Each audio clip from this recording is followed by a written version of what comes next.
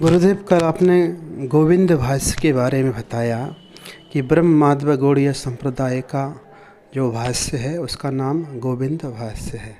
तो ये गोविंद भाष्य किसने लिखा और कब लिखा गया है, इसकी क्या कथा है, ज़रा विस्तार से बताने की कृपा कीजिए। कल हमारे इस आलोचना में चतुर संप्रदाय के बारे में चल रहा था।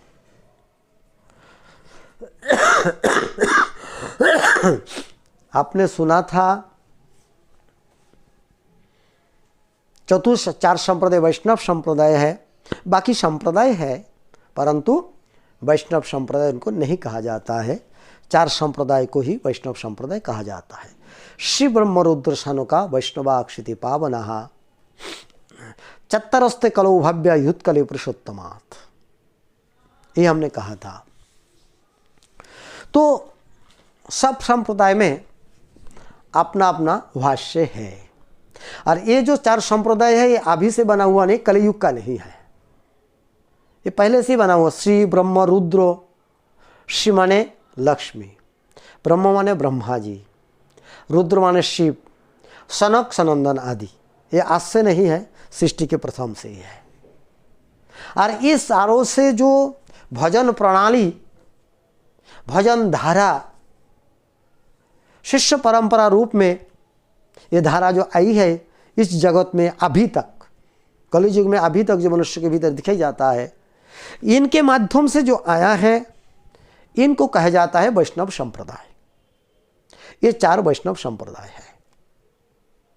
चार वैष्णव संप्रदाय के अनुगत्य में रह करके ही वैष्णवगण भजन करते हैं, क्योंकि भजन धारा जो भगवान स्वयं बताए थे ब्रह्मा जी को, वही धारा हमारे भीतर है, वही नियम हमारे भीतर है। क्योंकि हम ब्रह्मा जी को लक्ष्य करते हुए उनके पद्धति में रह करके, उनके मार्गों में रह करके हम जो है भजन करने को कोशिश करते हैं।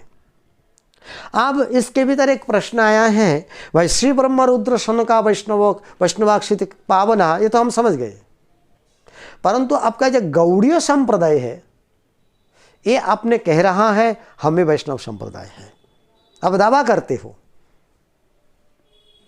हम वैष्णव संप्रदाय है, परंतु ये चार के भीतर तो है नहीं। ये संप्रदाय आपका ना ब्रह्मा जी प्रवर्तन किए, ना रुद्र जी किए, ना सनक आदि किए, ना लक्ष्मी जी किए।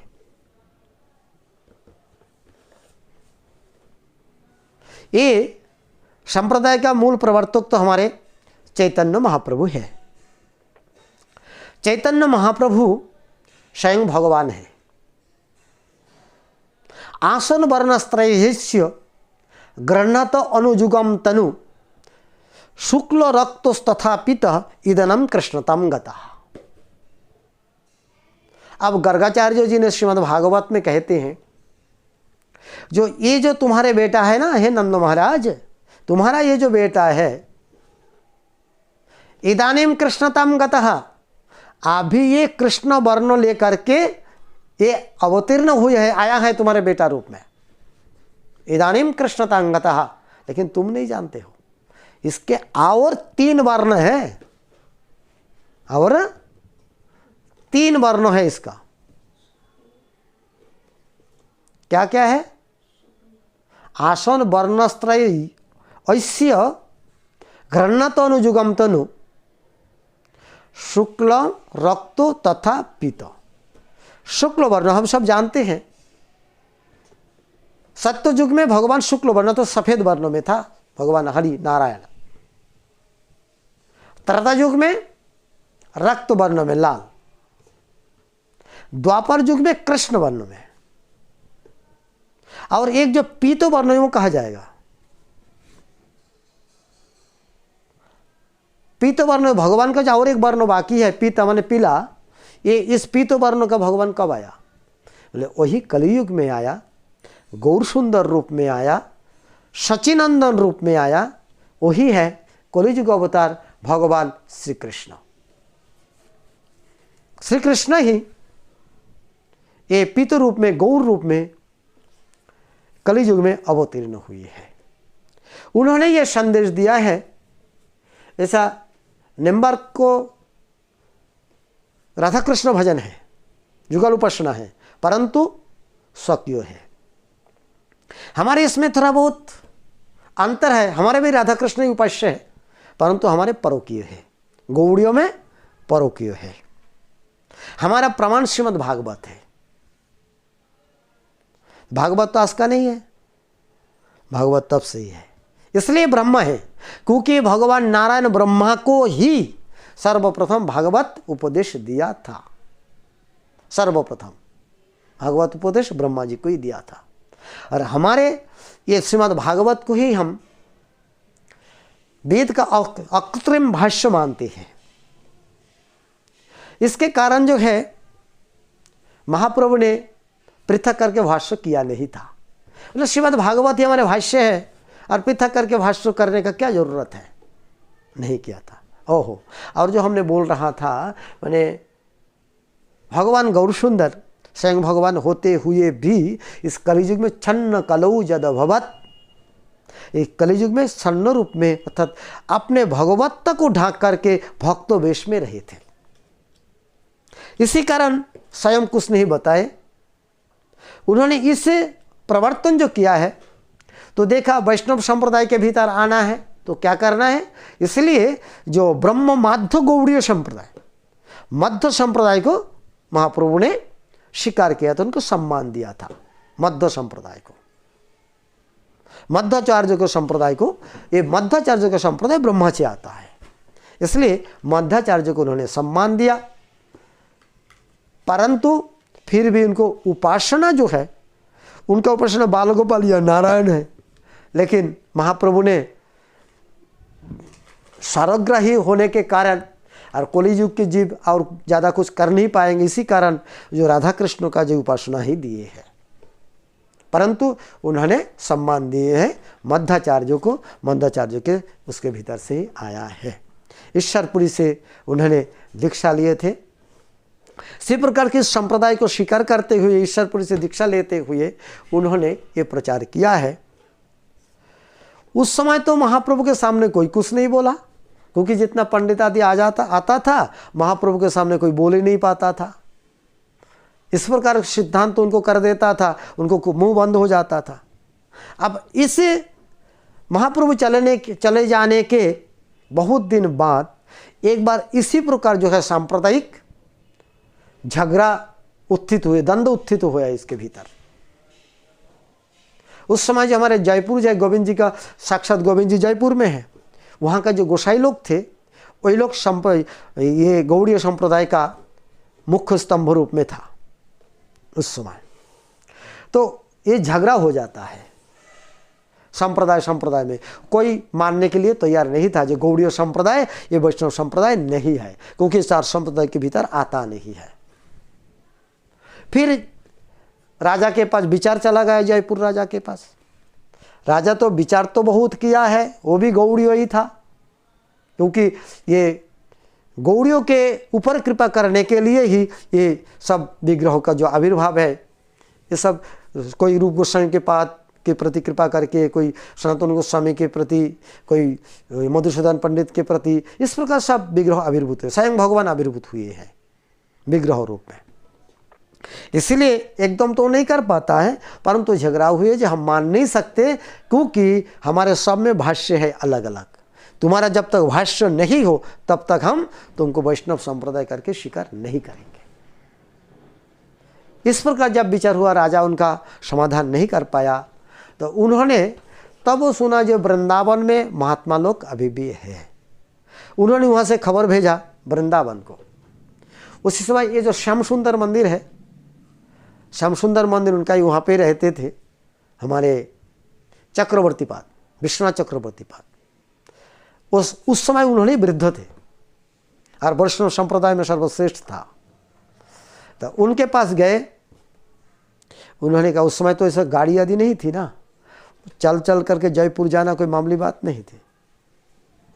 इसलिए उन्होंने कहा, मैं तो अभी वृद्ध हो गया हूँ, उतना दूर चल के जाना मेरे लिए बहुत कष्ट है।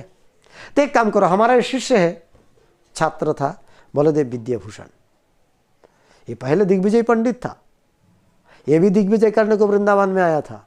विष्णु चक्रवर्ती के साथ जब कक्षा किया तो इन्हें परास्त हो जाता है, और ये परास्त होने के कारण फिर उनको शिष्य बन गए। पहले ऐसा ही प्रथा थी, तो उनको भेज दिया। जयपुर में गया, पूरा सभा बुलाया गया, एक निर्जन स्थान जहाँ का नाम है गलता गद्दी, गलता जयपुर में है। चारों ओर जंगल है, बीच में पहाड़ है, और वहाँ माने जल सब सर्वदा के लिए गलता रहता है उस पहाड़ से, इसलिए गलता कहा जाता था। अभी भी है, कहता है, कोई कहता है बंद हो गया, अब सिंचाई विभाग से है, लेकिन पानी आ रहा है, वो पहाड़ से निकलता रहता है हर एक समय, पानी विगलित होता रहता है, इसलिए उसका नाम हो गया गलता। तो वहाँ पे सब बड़े बड़े पंडितगण, सांप्रदायिक आचार्यगण सब मिले, कक्षा हुए, सब वो तो ठीक था। सिद्धांत आदि में कोई कुछ वो नहीं कर पाया बलदेव विद्याभूषण को, लेकिन अंत में जाकर के कहा तुम्हारा भाष्य दिखाओ। भाष्य नहीं है, भाष्य नहीं दिखा पाया। तो इसको समय लेने का कोई हारना जीतना कहता नहीं है। उन्होंने कहा हाथ जोड़ करके भाष्य हम दिखाएंगे आपको, लेकिन 1 हफ्ता के समय हमें देने पड़ेगा। 1 हफ्ता के बाद आपको मैं भाष्य दिखाएंगे। यदि नहीं दिखा पाऊं तो आप लिख लीजिएगा, उसमें हमें निरस्त कर देना। 1 हफ्ता हमें समय देने पड़ेगा। 1 हफ्ता समय लिए और गोविंद मंदिर पे जाकर के गोविंद जी के सामने धरना दिए, पड़े रहे। फिर गोविंद को आज्ञा माला मिली और गोविंद उनको आशीर्वाद कर दिया, बोले जाओ लिखो, तुम्हारे रूप से मैं ही लिखूंगा उसको। तो गोविंद ही स्वयं भाष्य किए हैं। उच्च जंगल में आकर कुछ पहाड़ के ऊपर बैठ करके वहां बैठे बैठे 7 दिन के भीतर इतना बड़ा ग्रंथ लिख दिया। भगवान ना करे कोई कर सकता है क्या? उसका नाम हुआ गोविंद भाष्य, क्योंकि गोविंद जी स्वयं ही बोले थे, लिखे थे, मानो लिखे भी थे। नहीं, कलम चलाना 7 दिन के भीतर इतना, ये संभव लोगों से होता नहीं है। और उन्होंने गोविंद जी जो कहा वही उन्होंने लिखा, लिख करके प्रस्तुत करते हुए बड़ा शुद्ध, बड़ा सुंदर सिद्धांत, पूर्ण संपूर्ण जो वेद का वो है, जो ब्रह्मसूत्र है, पूरा ब्रह्मसूत्र के ऊपर उनको टीका है। भाष्य उनको टीका को कहे थे, टीका है ब्रह्मसूत्र के संपूर्ण। उन्होंने प्रस्तुत किए और फिर सभा बुलाए, बुला करके वहाँ पे सब सभा में वो प्रस्तुत किए हैं, सब कोई को दिखाए, सब देखे, वो देख करके सब संतुष्ट हुए हैं। और सब उसी समय सबसे प्रथम गौड़ीय संप्रदाय को ही रखा गया था वैष्णव संप्रदाय में। एक विग्रह उनका वहाँ प्रकटित हुए, वहाँ स्थापन किया गया था गोविंद जी का विग्रह, तो उसका नाम हुआ था विजय गोविंद। विजय गोविंद, कि उनको वही गोविंद जी ही विजय किया है, इसलिए विजय गोविंद उनका नाम हुआ था। उस समय से नियम था, जो वहाँ यद्यपि निम्बार्क संप्रदाय का आश्रम है, तो नियम था उसी मंदिर पे पहले आरती होगी, फिर अन्य दूसरे मंदिर पे आरती, ये नियम था।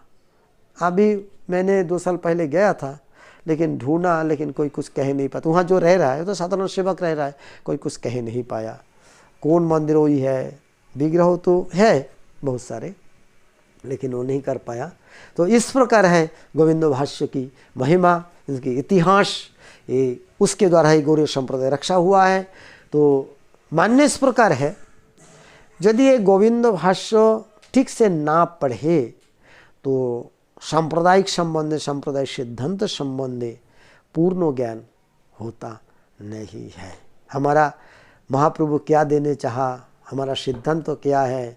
सूत्र तो ब्रह्म सूत्र, बहुत प्रकार के सूत्र है, सूत्र तो सूत्र ही होता है, लेकिन उससे हमें ग्रहण क्या करना चाहिए, इस विषय में हमारा ज्ञान परिपक्व नहीं हो सकता है। इसलिए हमारे कलकत्ता में हमारा वो था, छात्र परिषद परीक्षा होती थी, उसमें वैष्णव दर्शन नाम का एक विभाग था, उसमें सब पढ़ाया जाता था,